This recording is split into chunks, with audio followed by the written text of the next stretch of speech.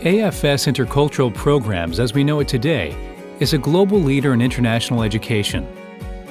Each year, AFS around the world provides immersive cultural exchange experiences to nearly 13,000 high school students and young adults with the help of more than 43,000 dedicated volunteers.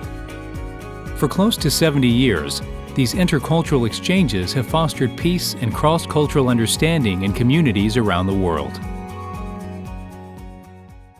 Yet the organization that gave rise to AFS Intercultural Programs, a volunteer World War I and II ambulance and camion corps known as the American Field Service, began when peace and understanding had been left aside. It was wartime in Europe, and the civilian-run American Hospital of Paris had opened a military hospital to treat wounded soldiers from the battlefront.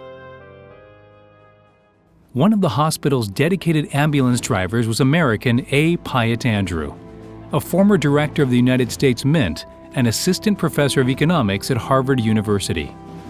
In 1915, Andrew, now Inspector General of the hospital's Transportation Committee, successfully negotiated with the French Army to send ambulances closer to the front lines of battle. These ambulance units became known as the American Ambulance Field Service. In 1916, A. Pyatt Andrew broke away from the American Ambulance Hospital and created an independent American Ambulance Field Service headquartered in the heart of Paris.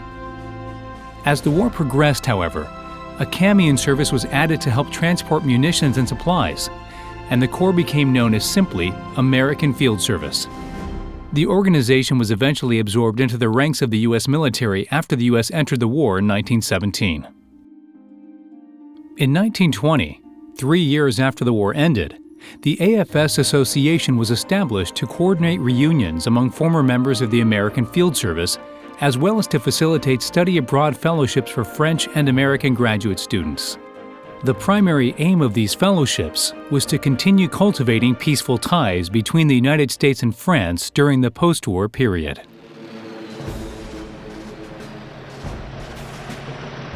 When World War II broke out, the American Field Service was reactivated as an ambulance corps under the leadership of Director General Stephen Galati.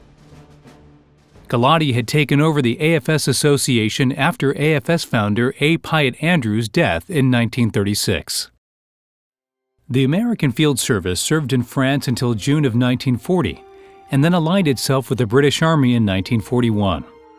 As the war progressed, its volunteer drivers helped transport wounded from both sides, aiding soldiers from Great Britain, France, Poland, Australia, New Zealand, India, North Africa, Italy, Germany, and Burma.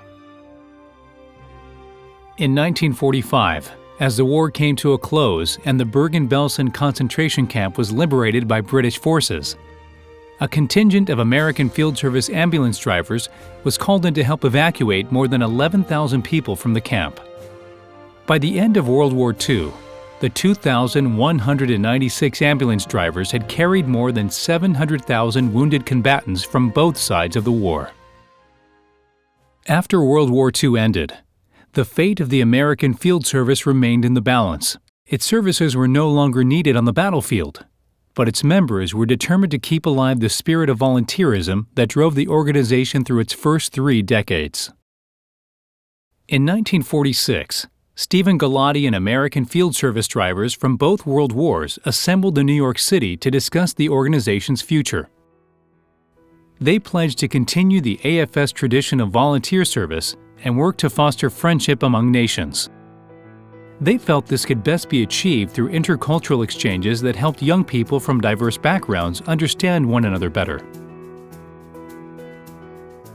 In 1947, the first group of European high school students arrived in the U.S. on scholarships.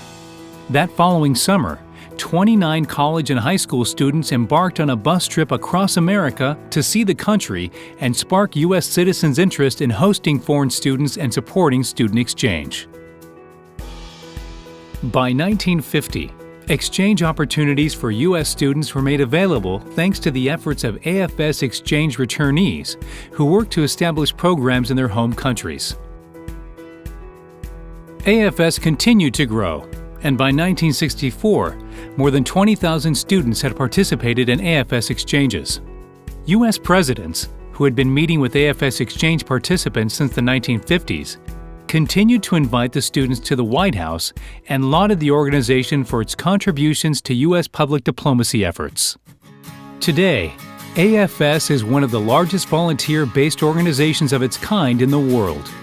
Beginning in 2014, 100 years after A. Piet Andrew traveled to France to volunteer as an ambulance driver, we are celebrating the incredible history of the organization and its remarkable transition through the decades.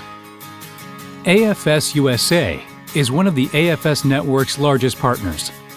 As it enters its second century, we drive this legacy forward to future generations of AFSers.